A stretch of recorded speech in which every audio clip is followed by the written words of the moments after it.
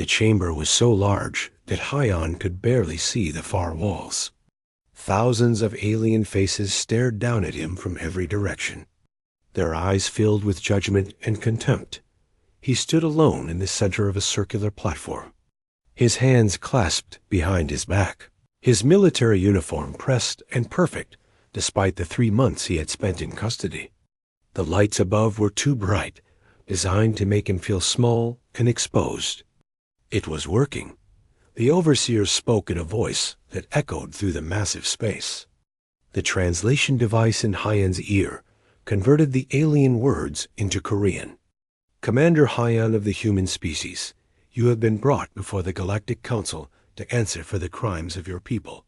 Hyan kept his face neutral, but inside his heart pounded. He had known this day would come.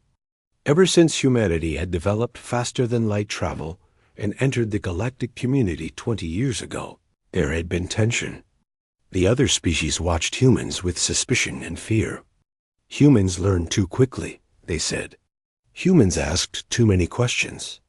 Humans refused to accept the old ways just because they were old. The charges are as follows, the overseer continued. Dangerous expansionism, technological recklessness, destabilization of the galactic order. How do you answer? Not guilty, Hyan said firmly. His voice carried through the chamber, amplified by hidden speakers. Humanity has broken no laws.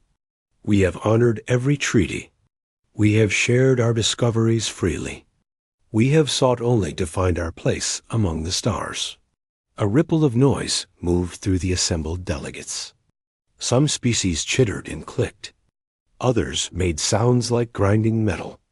One of the senior delegates, a creature that looked like a floating mass of tentacles, spoke up.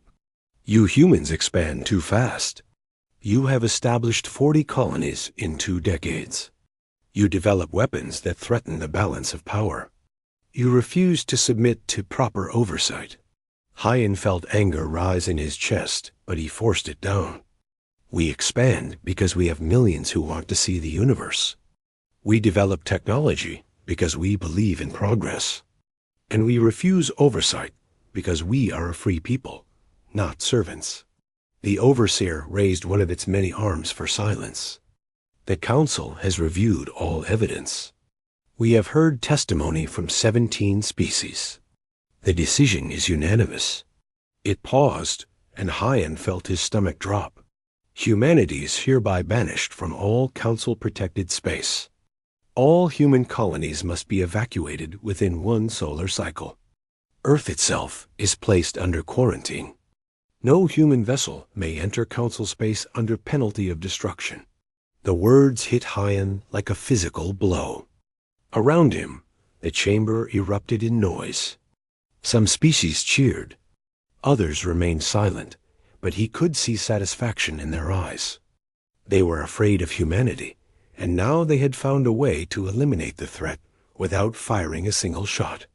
This is unjust, Hyan said, his voice rising. You cannot exile an entire species for the crime of being different. We have done nothing wrong. The decision is final, the overseer said. You have 1 cycle to evacuate. Any humans remaining in council space after that time will be considered hostile invaders. You are dismissed. Guards appeared at Hyan's side, not touching him, but making it clear he needed to leave. As they escorted him from the chamber, Hyan looked up at the thousands of alien faces. He memorized that moment, burning it into his mind. Someday, he promised himself, they would regret this decision. The evacuation was chaos. Hyan coordinated from his flagship, a military cruiser called the Defender. Messages poured in from every human colony. Panic spread as people realized they were losing their homes. Some colonists had lived on their worlds for 15 years, had built lives there, had children who knew no other home. How many ships do we have? Hyan asked his second-in-command, a woman named Nari, who had served with him for a decade. 3,200 vessels, Nari reported. Everything from military cruisers to civilian transports to cargo haulers. Some are barely spaceworthy. It will have to be enough, Hyan said. What's the population count? 12 million across all colonies. Another 8 million on Earth, but they're not being evacuated. The Council is letting Earth keep its population as long as they stay in the solar system. Hyan closed his eyes. 20 million humans scattered across the galaxy, and now half of them were being torn from their homes and forced into exile with nowhere to go. The weight of responsibility pressed down on him like a physical force. Over the next months, the evacuation proceeded. Hyan visited as many colonies as he could, speaking to frightened families and desperate workers. On New Beijing, he met a scientist named Day who had been studying alien plant life. I have 10 years of research here, Day said, his voice breaking. All of it has to be left behind. Bring what you can, Hyan told him. We'll need scientists where we're going. On Harmony Station, he found a botanist named Somin trying to pack up her greenhouse. These plants can't survive the journey, she said, tears running down her face. They need specific conditions. I'm going to have to let them die. Then we'll grow new ones, Hyan said gently. You can start again. The fleet assembled at the edge of Council space.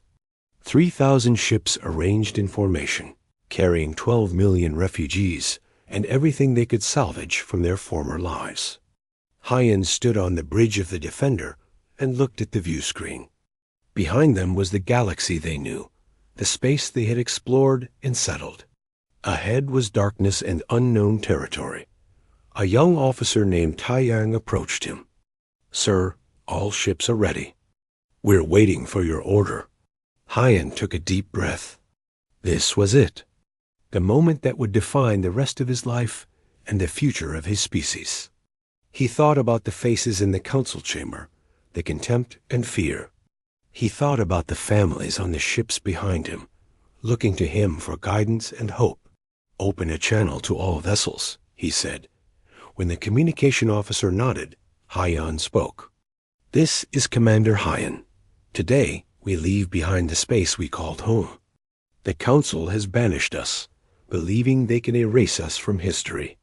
They think we will fade away into nothing, forgotten and defeated. He paused. They are wrong. We are humans. We have survived ice ages and plagues, wars and disasters. We have climbed out of caves and reached for the stars. This exile is not our end. It is our beginning. Where we are going, there are no rules except the ones we make. No limits except the ones we choose. We will build something new, something better, something they will remember forever. He closed the channel and turned to Taiyang. Take us forward. Maximum speed. Let's see what's out there. The fleet jumped to light speed, leaving council space behind. They headed into the dark expanse of unexplored territory, into uncertainty and danger. But they went together, and they went unbroken. The exile had begun, but so had something else. Something that would reshape the galaxy. The fleet traveled for months through uncharted space. Every day brought new challenges. Ships broke down from the strain of constant travel. Supplies ran lower and lower. People grew tired and scared. Children cried. Adults argued. The initial determination that Hyan had inspired began to fade into exhaustion and doubt. On the bridge of the Defender, Nari showed Hyan the latest reports. We've lost 12 ships this month, she said quietly. Equipment failures, mostly.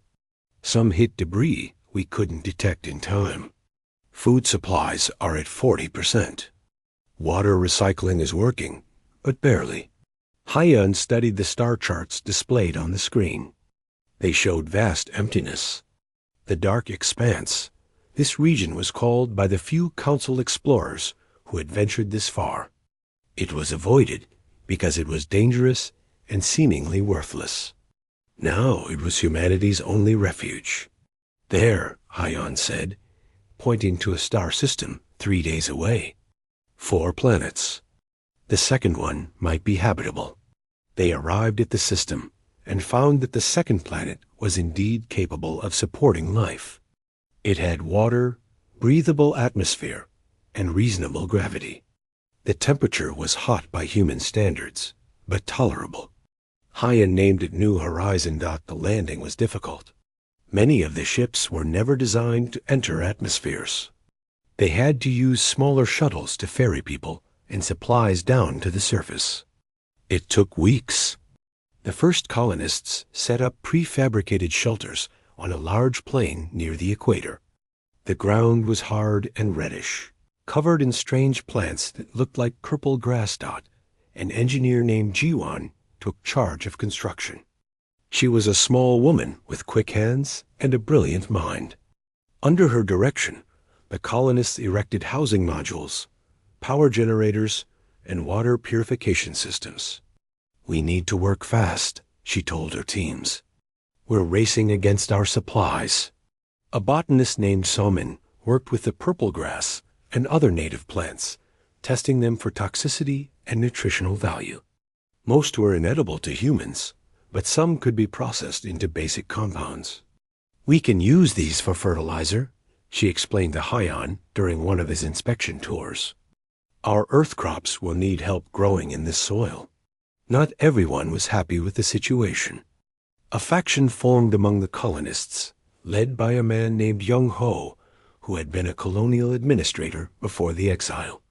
He gathered supporters in the central plaza one evening, where hundreds of tired and frustrated people assembled. "This is madness," Young Ho shouted. "We're trying to survive on a hostile world with limited supplies. Half our children are sick." Tai Yang, now a general commanding ground forces, responded firmly. "The Council hasn't forgotten about us. Their scouts have been spotted near our borders 3 times this year. If we're not ready when they come, everything we've built will be destroyed. If we keep building weapons, we'll provoke them into attacking." Yong-ho argued. Hyan listened to both sides, then spoke. "The Council banished us because they feared what we might become. Now we've become exactly what they feared. But we haven't done it through conquest or oppression. We've done it through cooperation and innovation. We don't seek war, or we won't accept submission either. We prepare for conflict in the hope that our strength will prevent it." The debate continued, but Hyan's position held. The military buildup continued even as civilian infrastructure improved.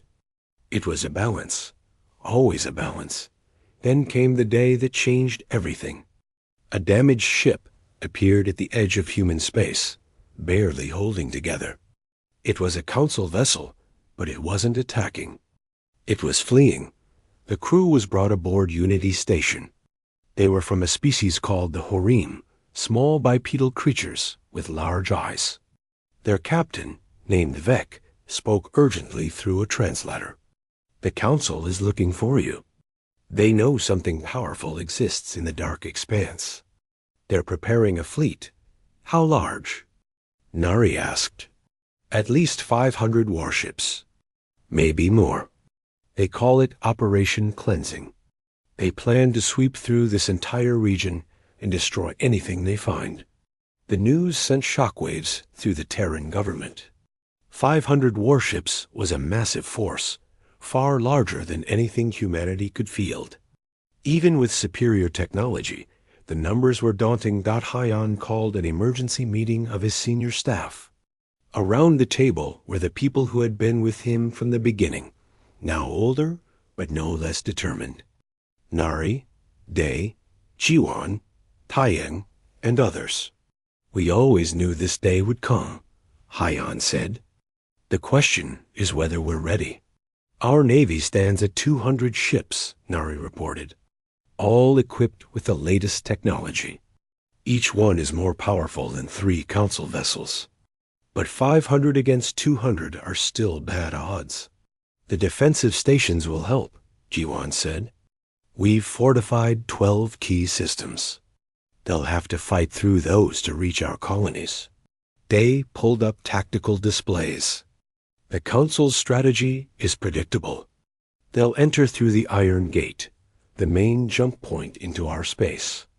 It's the only route that allows fleet-sized formations. If we can hold them there, we can fight on our terms. Tai Yang studied the maps. We turn it into a kill box. Defensive platforms, minefields, our fleet positioned for maximum advantage. Make them pay for every meter they advance. Young Ho, who had been silent until now, spoke up.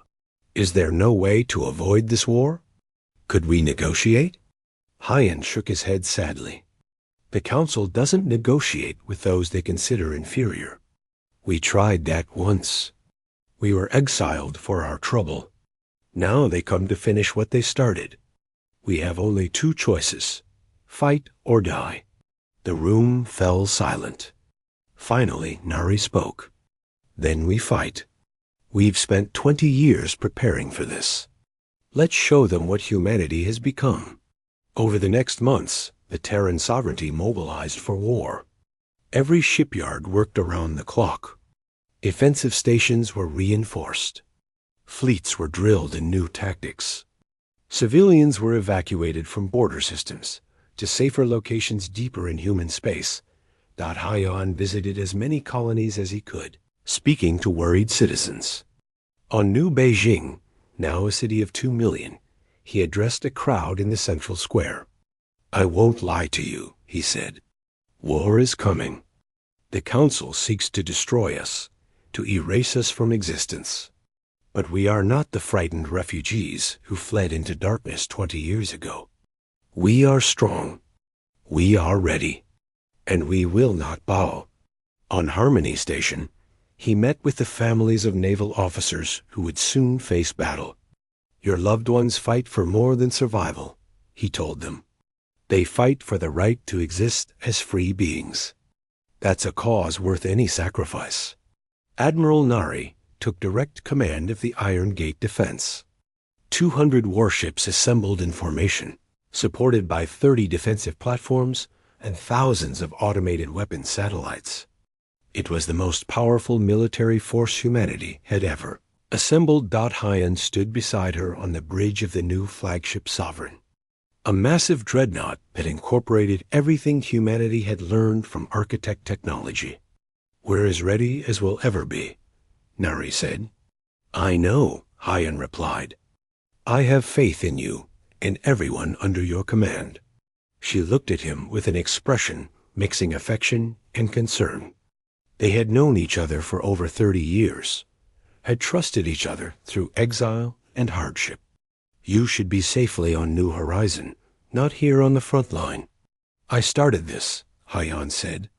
I'll see it through. The Council fleet appeared 3 days later. 500 warships emerged from the jump point in a massive formation that stretched across millions of kilometers. They were confident, expecting to face primitive ships and frightened colonists. Instead, they found a prepared enemy waiting for them. The Battle of the Iron Gate was about to begin, and the galaxy would never be the same. The Council fleet emerged from the jump point like a swarm of angry insects. 500 warships arranged in tight formations, their weapons powered and ready. The lead vessel was a massive battlecruiser commanded by Fleet Master Corvin, a veteran of 50 campaigns who had never tasted defeat. Corvin looked at the sensor displays, showing the human defensive positions. He saw the defensive platforms and the waiting fleet. A sneer crossed his alien features. 200 ships? They think this will stop us? Open a communication channel. On the bridge of the Sovereign, Admiral Nari received the incoming transmission. Corvin's face appeared on the view screen, his expression full of contempt. Human vessels, you are in violation of Council decree. Surrender immediately, and you will be granted quick deaths. Resist, and we will make you suffer. Nari looked at the alien commander for a long moment, then smiled coldly. Fleet Master Corvin, this is Admiral Nari of the Terran Sovereignty. You have entered our space without permission. Turn back now, or face destruction. Corvin laughed, a harsh sound that echoed through the bridge. Your space? You own nothing. You are exiles, criminals hiding in the darkness. But your hiding is over. We will cleanse this region of your infection. He cut the transmission. So much for diplomacy, Nari muttered. She turned to her tactical officer. All ships, battle stations. Activate defensive platforms. Prepare to engage on my mark. Hyan watched from the observation area on the bridge. His hands gripped the railing tightly. Everything they had built, everything they had sacrificed for, would be decided in the next hours. He thought about the 42 million humans spread across 50 worlds, all depending on the ships and crew around him. The Council fleet began its advance. They moved in waves, the front line consisting of 200 heavy cruisers designed to absorb damage, while the ships behind them provided fire support. It was a standard Council tactic, proven in 100 wars against species that lacked the power to resist. The humans weren't like other species. Mines active, the tactical officer reported. Enemy entering kill zone in 3, 2, 1. Space erupted in fire. Thousands of automated mines, hidden in the darkness, activated simultaneously. They weren't ordinary explosives. Using architect technology, they generated focused energy bursts that could crack a ship's hull with a single detonation. The front line of Council ships ran straight into the minefield. Explosions blossomed across the enemy formation. Shields flickered and failed. Hulls breached and atmosphere vented into space. 30 Council ships were destroyed in the first minute. Another 50 were damaged, forced to fall back as fires spread through their corridors. On Corvin's bridge, alarm screamed. What kind of mines are those? He demanded. Our shields should have held. Their technology is more advanced than intelligence indicated, his science officer reported. Those energy signatures don't match any known weapons. Corvin's confidence wavered for the first time. But he had 500 ships against 200. Even with losses, the numbers were still on his side. All ships, maximum firepower. Destroy those defensive platforms first, then engage their fleet. The Council ships opened fire. Energy beams and missiles streaked across space toward the human positions. The defensive platforms took the brunt of the attack, their shields glowing bright under the sustained assault. 2 platforms were destroyed in the initial barrage, but the rest held, and now they returned fire. The platforms unleashed weapons that made the Council's armaments look primitive. Particle cannons that could punch through shields and armor in a single shot. Plasma projectors that turned enemy ships into molten slag. Energy missiles that tracked their targets with perfect accuracy. The battle became a nightmare for the Council forces. Their ships were designed to fight enemies with similar technology. They had tactics and strategies developed over millennia. But none of it worked against weapons they had never encountered before. Engage fleet formations, Nari ordered. Attack pattern Theta. The Terran ships moved with precision that startled the Council commanders. They didn't charge forward in a mass. Instead, they used their superior speed to strike at weak points in the enemy formation, hitting hard and then withdrawing before the Council could concentrate fire. Taiyang commanded a squadron of destroyers, smaller ships designed for speed and maneuverability.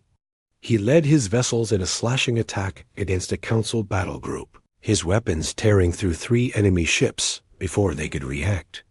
Break and scatter, he ordered. Don't let them pin you down. The Council tried to adapt. They attempted to surround human ships, to use their numbers to trap and overwhelm. But the humans were too fast, too coordinated. Every time the Council thought they had an advantage, the humans slipped away and struck from a different angle. Corvin watched his fleet being torn apart and felt something he hadn't experienced in decades: fear. He had lost over 100 ships already, and the humans had only lost 20. This wasn't a battle. It was a slaughter. "Pull back," he ordered. "Reform at maximum range." But the humans didn't let them retreat easily. Nari saw the Council forces trying to disengage and pressed the advantage. "All ships pursue? Don't let them reorganize." The battle raged for 6 hours. The space around the Iron Gate became a graveyard of shattered vessels and debris. The defensive platforms, though half destroyed, continued to pour fire into the enemy. The human fleet, despite taking damage, fought with determination born from 20 years of preparation. Finally, Corvin made the hardest decision of his career. "All ships, emergency jump. Retreat to Council space." The surviving Council vessels fled through the jump point, leaving behind the wreckage of over 400 ships. The human fleet didn't pursue beyond the gate. They had won, but at a cost. 40 human vessels were destroyed, and another 30 were heavily damaged. On the bridge of the Sovereign, the crew erupted in cheers. They had faced the full might of the Council's military and emerged victorious. Nari allowed herself a brief smile before turning to damage control. "Get rescue crews to all damaged ships. I want casualty reports in 30 minutes.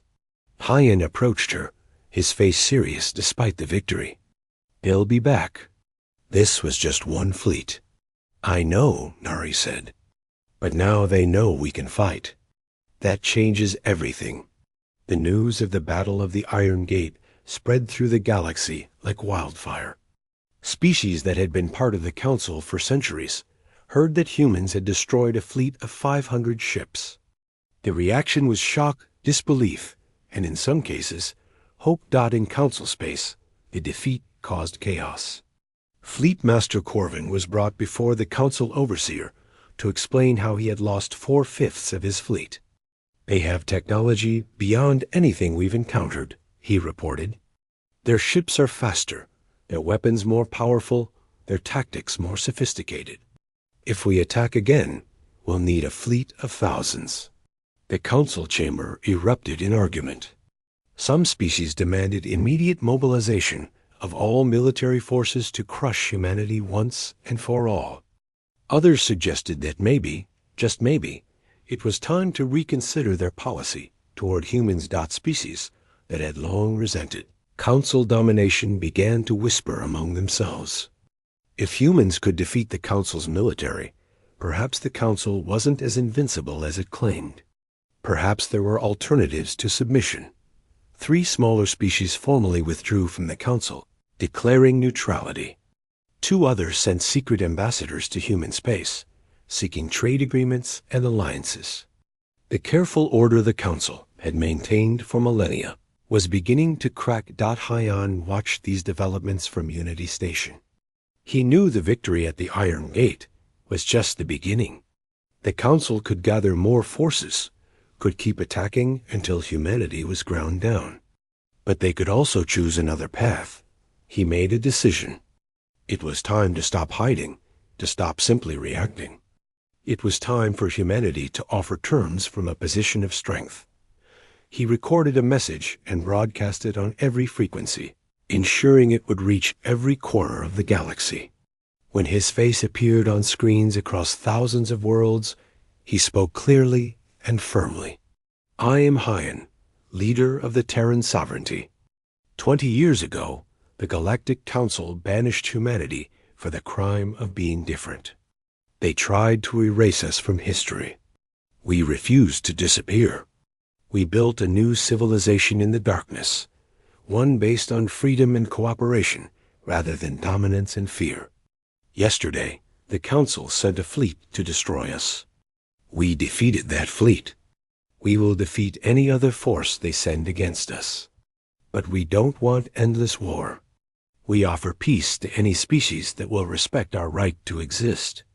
To the Council, we say this: accept that humanity is here to stay or face the consequences of continued conflict. The choice is yours." The message ended. Across the galaxy, billions of beings watched and wondered. The exiles had returned, and they had returned strong. The galaxy would never be the same. The message Hyon broadcast created an earthquake across the galaxy. For 3 weeks, Council space descended into chaos. Species that had been silent for centuries suddenly found their voices. Protests erupted on a dozen worlds. Some species demanded the Council mobilize everything to destroy humanity. Others insisted on peace negotiations. The careful unity that had held the Council together was shattering dot in the Council chamber where Hyon had once stood trial. The Overseer watched its authority crumble. The military defeat at the Iron Gate had exposed a truth the Council had hidden for millennia. They maintained power through fear, not actual strength. Now that fear was broken, we must respond with force, demanded the ambassador from the Kelsh species, a warlike race that formed the backbone of Council military power. Gather every ship from every system, 10,000 vessels if necessary. Crush them completely. But others disagreed. The Harem ambassador, whose people had sent the warning ship to human space, spoke cautiously. And if we lose 10,000 ships? What then? We've seen their technology. Perhaps it's time to consider that we made a mistake 20 years ago. The debate raged for days. Finally, the Council split. The hardline species, led by the Kelsh, began gathering ships for a massive assault. But other species, nearly 40% of the Council membership, declared they would not participate. Some even withdrew from the Council entirely, proclaiming neutrality or independence. Hyon received reports of the chaos with grim satisfaction. They're tearing themselves apart, Nari said, reading the intelligence summaries. 5 species have formally left the Council. Another dozen are considering it. How long until the hardliners can mount another attack? Hyon asked. 3 months minimum. They need to gather forces from scattered systems. But when it comes, it will be massive. Our intelligence suggests at least 8,000 ships. Hyon felt the weight of that number. Even with superior technology, 8,000 against 200 was impossible odds. They needed allies, needed to shift the balance before the next attack came. Send invitations, he ordered. Every species that's left the Council, every neutral power, every government that's shown interest in talking with us. Tell them we're holding a conference to discuss the future of the galaxy. Not on our terms or the Council's terms. On equal terms. The conference was held on a neutral station in unclaimed space, a massive facility built jointly by 3 species that wanted no part in the coming war. Over 200 delegations arrived, representing hundreds of billions of beings. Some came seeking alliance with humanity. Others came hoping to prevent galaxy-wide war. A few came simply to witness history being made. Hyon arrived aboard the Sovereign, accompanied by his senior advisors. Nari commanded the security detail. Day and scientist Minji represented the research institutes. Tai Yang stood ready as military advisor. And Young-ho, surprisingly, came as chief negotiator. The man who had once argued for surrender now argued most passionately for human dignity. The first day was chaos. Every species wanted to speak, to air grievances built up over centuries of Council rule. The Harem complained about economic exploitation. The Kaleri spoke of forced technology sharing. The Toth described how their culture had been suppressed. Each story revealed the same pattern. The Council maintained order by keeping everyone else weak.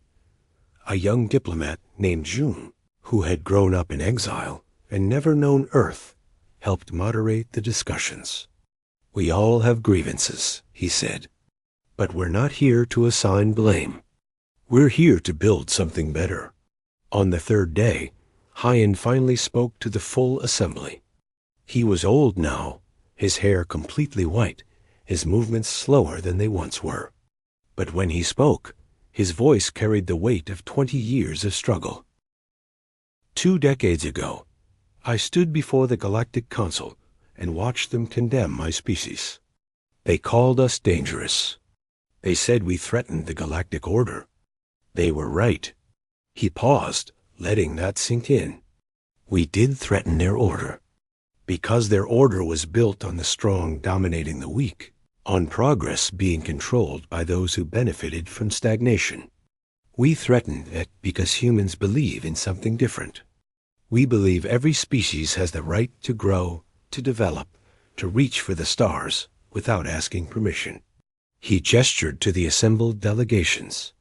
You've all felt the weight of council control. You've all been told what you can and cannot do, what you can and cannot become. Some of you have been here for so long, you've forgotten there's an alternative. But there is.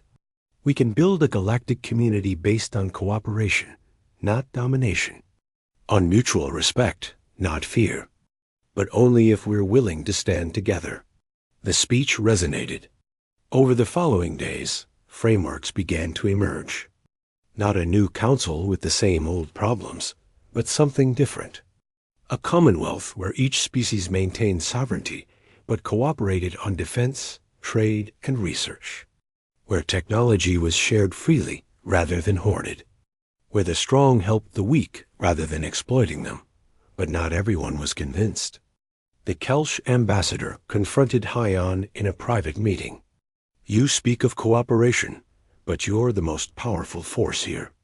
How do we know you won't become the new council, imposing your will on the rest of us? Hyon looked at the Kelsh ambassador steadily. Because we remember what it was like to be powerless. We remember the humiliation of being judged and found wanting by those who thought themselves superior. We will share our technology freely. We will help defend any member of this commonwealth from aggression. But we won't tell you how to live or what to believe. That's the difference. The negotiations took 3 months. In that time, the Kelsh and their allies gathered their massive fleet and prepared to strike at human space. Hyon received daily reports of their preparations, but focused on the conference. If we can build a strong enough alliance, he told Nari, they might think twice about attacking. Finally, the Commonwealth Charter was complete.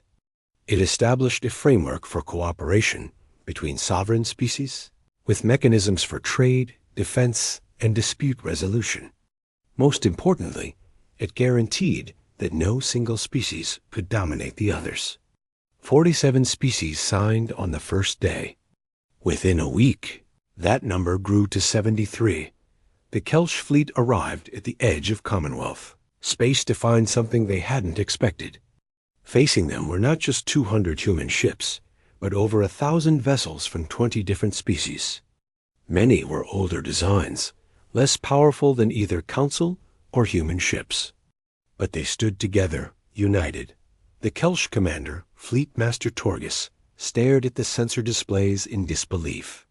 How did they organize this so quickly? His second officer checked the data. Those are species from across the galaxy. Some were council members just weeks ago. They're transmitting a joint message. The message played across Torgus's bridge. It showed representatives from 24 species standing together. Hyon stood at the center, but he wasn't alone. Fleet Master Torgus, the message began. You're looking at the Commonwealth Defense Fleet. We represent over 300 billion beings from 73 different species. We come from different worlds, different cultures, different histories. But we're united in believing that no species has the right to dictate to another. Turn back, or face all of us together. Torgus was a warrior, not a fool. He could win a battle against this fleet, but at what cost? Half his ships would be destroyed, maybe more. And for what? To enforce the will of a council that was already falling apart? He gave the order to withdraw. The Kelsh fleet turned and left without firing a shot. The council's power was broken. Over the next 5 years, the transformation accelerated. The old Galactic Council dissolved as more and more species left to join the Commonwealth. New trade routes opened. Technology flowed freely between species. Conflicts that might once have led to war were resolved through negotiation and compromise. The Terran sovereignty became the most influential power in the Commonwealth, not through force, but through innovation and generosity. Humans shared architect technology freely, helping other species develop faster-than-light travel and advanced manufacturing. They provided military protection to species that had none.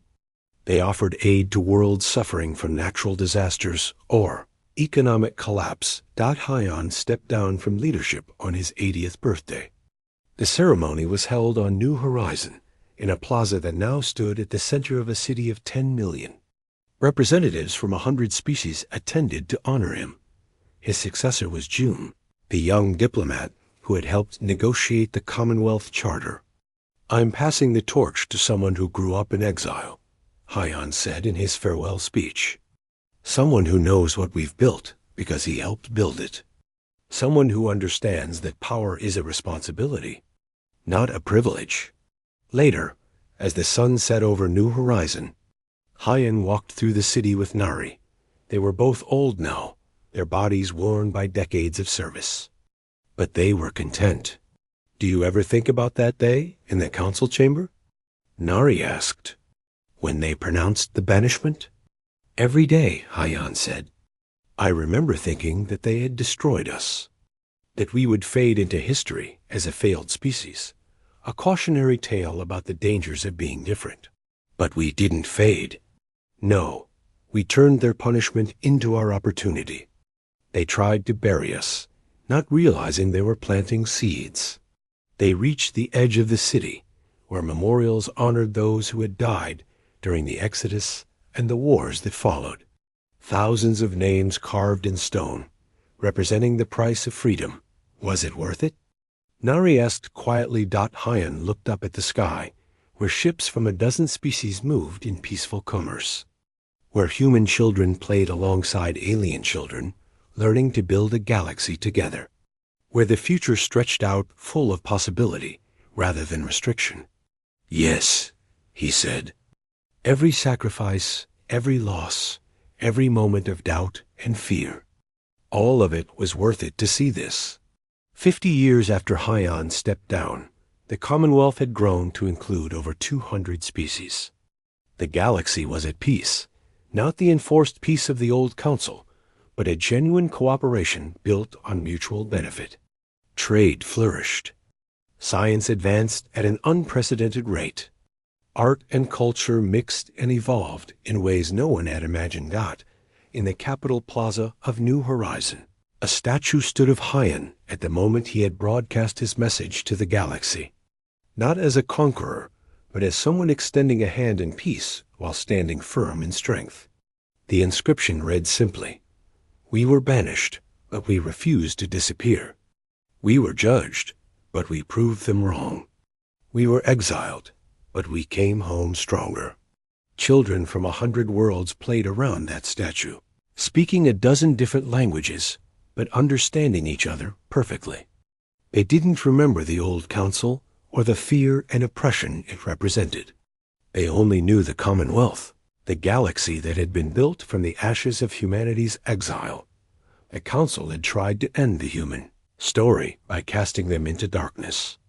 Instead, they had given humanity the opportunity to light a new path forward, not just for themselves, but for every species that dreamed of freedom.